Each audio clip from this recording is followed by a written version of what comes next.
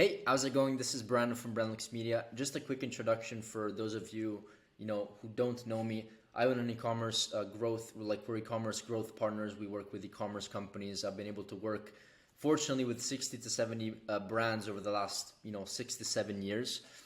And I'm not saying this to flex or anything. I'm just saying this because, it brings me to my next point. I've been able to see and track exactly why companies succeed and why companies fail.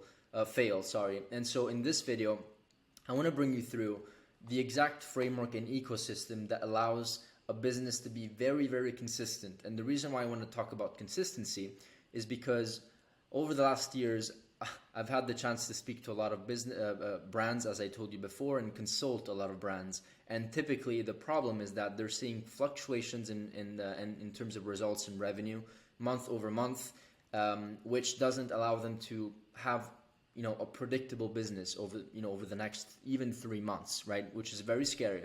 And so there's a couple of components that I've been able to track and understand that actually solve the root problem of this inconsistency. And so this is just a small case study, whatever, of a client that we're scaling right now from 9, 10, 12, 15, hopefully $15,000-$20,000 a day anytime soon. But the reason why I thought about this client, and they're doing quite well, and I thought of like showing you guys what is the actual ecosystem that you need to build to make sure that you actually get these results consistently, possibly day by day, but also honestly just month by month. E-commerce is a very inconsistent business model, as you can imagine, because we also rely on getting traffic from Facebook and all these platforms that can be inconsistent at times. But let me bring you through a diagram.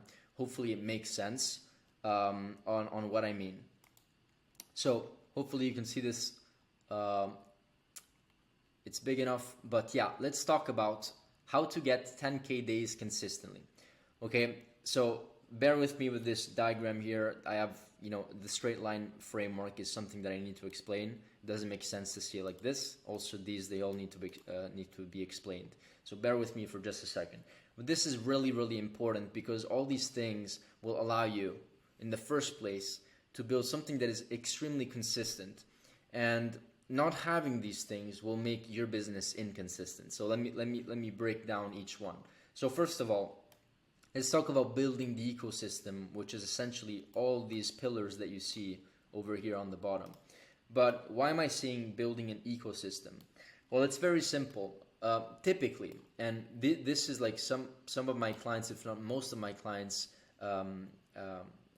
their problem when we first onboard them. Their problem is that they're inconsistent because they haven't built an ecosystem around, or let's call it an infrastructure that acts as an ecosystem in their business. And what I mean by that is that they're just relying on maybe 1, 2, or 3 strategies to get those results. And as soon as that 1 or 2 or 3 strategies they fail, because eventually what ends up happening is in business, specifically with e-commerce, is that eventually things just don't work anymore. They get saturated, the video doesn't work anymore, the strategy doesn't work anymore. Sometimes the product obviously doesn't work anymore. And so there's a bunch of different issues, and let's just say 3 things work. If 1 doesn't work anymore, maybe that's a third of your business, right? And so, I don't need to explain what the problem could be there.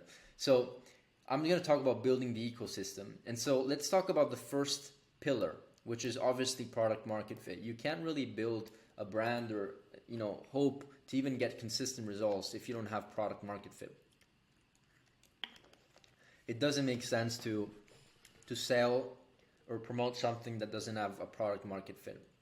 And so when I say product market fit, I essentially mean the product that you're selling is actually wanted and there's a demand for it in a specific target market within a specific market in general, right? So it doesn't matter whether you're targeting the world or a specific country, there is always a product market fit, also in terms of services and not just e-commerce.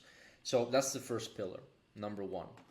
Many times also, like, if you get like to, if you're making some sales, it doesn't reassure the fact that there's a product market fit. You still need to, getting a couple sales doesn't mean you have product market fit. So you need to figure this out first. The second thing is very important, traffic consistency. So how do we get sales? we get sales with traffic. I don't need to explain this to you, right? This is kindergarten level topics, right? But many times brands are not able to keep the consistency with their ad spend, and therefore also their traffic, right? I'll give you one example. It just came up to my mind right now. We have a client that is just not spending a lot on ads, so very low traffic, and we're incentivizing to spend more. And so a lot of their traffic just comes from SEO or like organic foundations. Organic, I love organic. It's great. It's high conversion rate, high intent. People know they want your product, right? Whether it's Google, whether it's just SEO or like organic on TikTok or whatever, it's a great channel.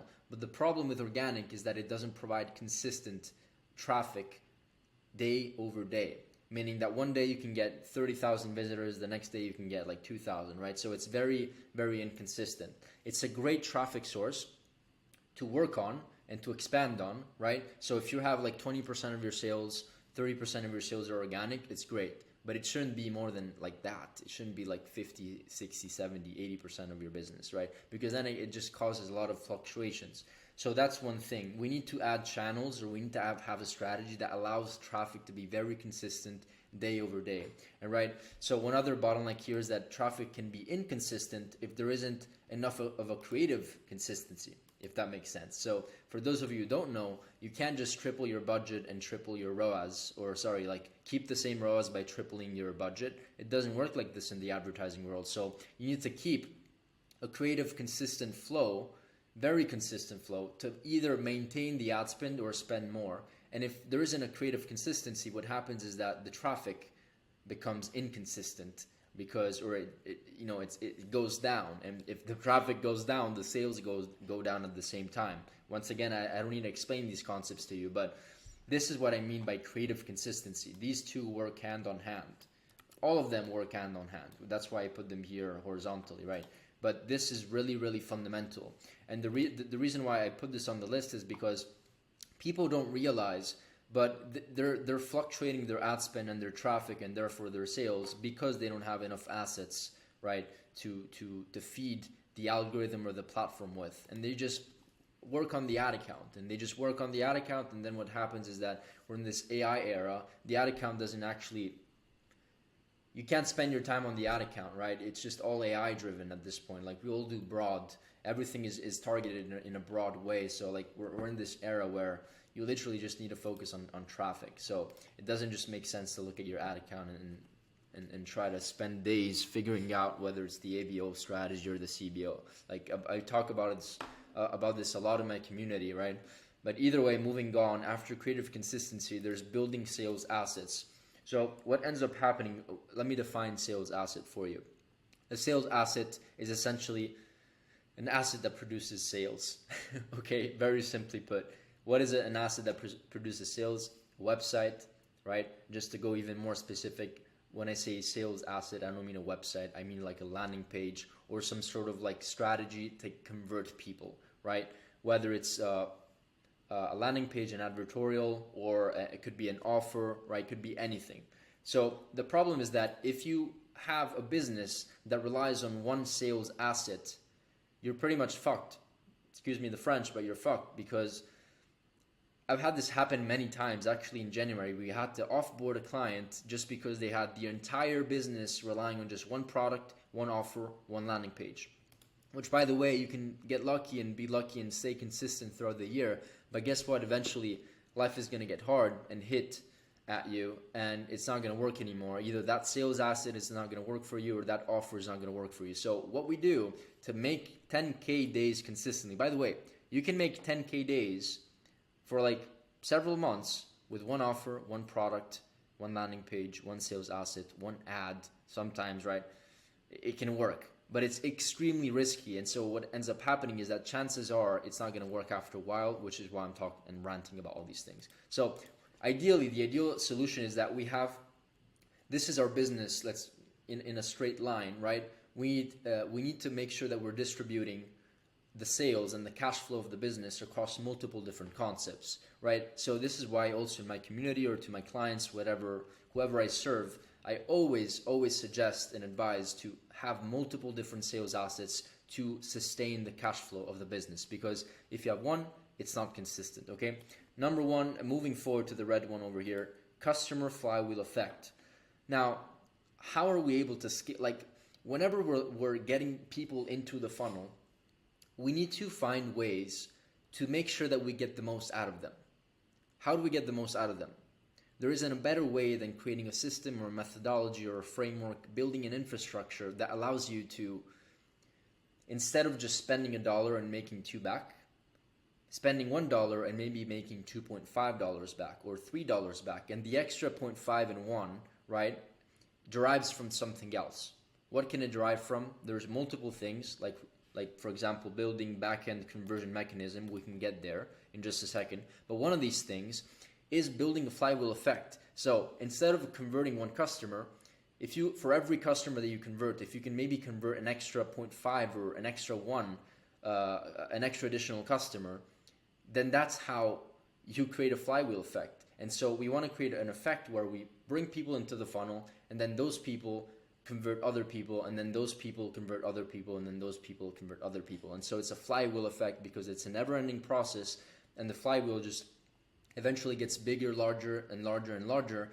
And what ends up happening is that for every dollar that you spend, you end up acquiring more and more customers automatically. And it's also organic and word of mouth. Everything derives from one engine, right? How you bring people in, but then the output is like 3 or 4 times more because of this flywheel effect. How do you do this? Well, you build affiliate programs, you build communities, you build offers to your customers, and maybe give them special offers if they do X, Y, and Z, and they and they refer other customers. But this is more of like a longer term play whenever you get people into the funnel. And the beauty about this is that you can have like flows on the back end, like email on Klaviyo, that every after 1 month that somebody actually buys the product and they've tested the product themselves, you can send an email and ask them to join a referral program or refer other people in exchange for X, Y, and Z. You always need an offer if you're giving an ask. If you're asking something to someone, especially somebody that bought your product, you need to give them something in return. People are just not gonna do things for the sake of doing things. They need something in return, typically, right? That's at least the majority of people. So you need this flywheel effect. Other thing here, omnichannel presence. There isn't a better strategy than actually not relying on one platform. And I know like there's like the big players. We have most of our clients that spend like 60% of their budget, 70% of their budget, or more actually, just on Meta. And that's great, but what happens if just Meta underperforms by 30% one day? Your revenue is probably going to be affected by 30%. So to juggle that, what we want to do is build systems and other acquisition channels like TikTok, or like we've also done like Snapchat or Pinterest retargeting ads, right? It doesn't have to be like an acquisition channel for like cold people, but I'll give you an example. We were spending like 100K a month or 130, 40, 50K a month on Meta for a client. But then and by the way, this doesn't only apply for these bigger clients. You can do the same if you're spending like 5K or 10K a month or whatever. You can build these smaller omnipresent systems that make the entire engine a lot more consistent. But let me just give you the scenario.